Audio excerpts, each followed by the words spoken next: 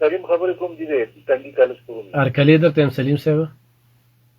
او دا بل مرګري په شان دی زما مړ بیا ځل دی خجی ښه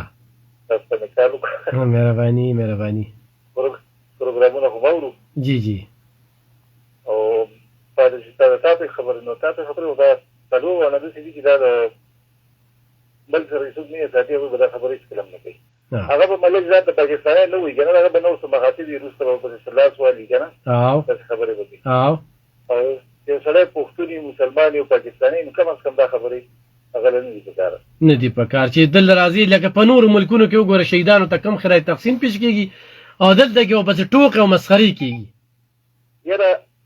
الا الله باور وکړه چې زه نه د شیرخان تصویر ورته تاسو سترګو نو وخیلالی شي کرنل شیرخان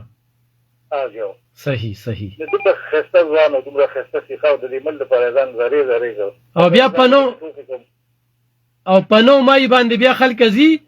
او بیا چې کم دنو الته کې په مسخري کې پنو مای باندې چې کوم راضي او دغه مجسمه په سر کړی وي او راغورځي او دغه خو زموږ د پاره مله چې نور ولکونه د ډېر د شرم درازه مخ نشو خو د جر را موږ څه د خپل مل سره سهیل بنوري صاحب ارکلې درته وایم جی خوشاله اوسې وم ډېر زیاته مننه جی د مرغه د سلوونه ټاپک چې تا کوم یاد کړل کنه جی جی نو دا سلوونه ټاپک زموږ د پاکستان ماته چې ورته موږ تندې ورته او دا بدنما داغ دی سلوونه ټاپک جی جی او د خني سره په دې باندې خبره کولم د پاکستان توهین دی جی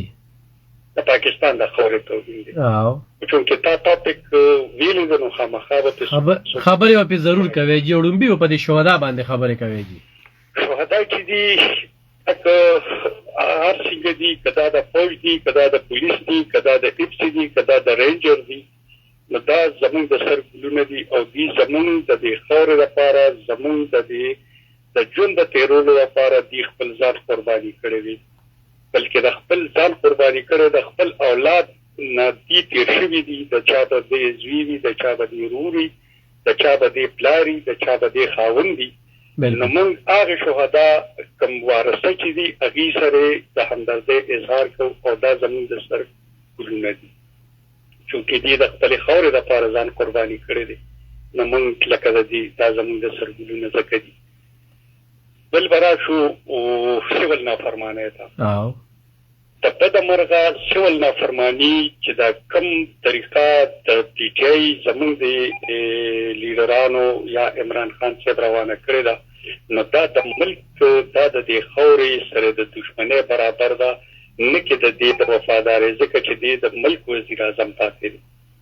که مخکې اپوزیشن کې و نو هغه یو ځان له خبره وه چونکې د اقتدار نه واغښتی نو که ده څه کول نو هغه یو ځان له خبره وه خو اوس چونکې دی وزیر اعظم پاتې دی او دی د وزیر اعظم په کرسۍ باندې پاتې شوی دی نو ده سره دا خبرې کم از کم نه ښایي کم چې لکه دا دی کوي چې سیول نافرماني او شروع به موږ د دغه نه کوو چې تاسو به موږ ته پیسې نه رالېږئ پاکستان ته او که رالېږئ نو کمې به رالېږئ او اول خو رالېږئ مو که رالېږئ کمې به رالېږئ او هغه هم په غونډۍ رالېږئ په بینکونو باندې به نه رالېږئ بیا ورپسې دویم سټپ او بیا دریم سټپ یار به سم وایي چې یاره ما پرېږده او زما چې څه کړي دي دا ما غلط کارونه کړي دي زه د دې معافي غواړم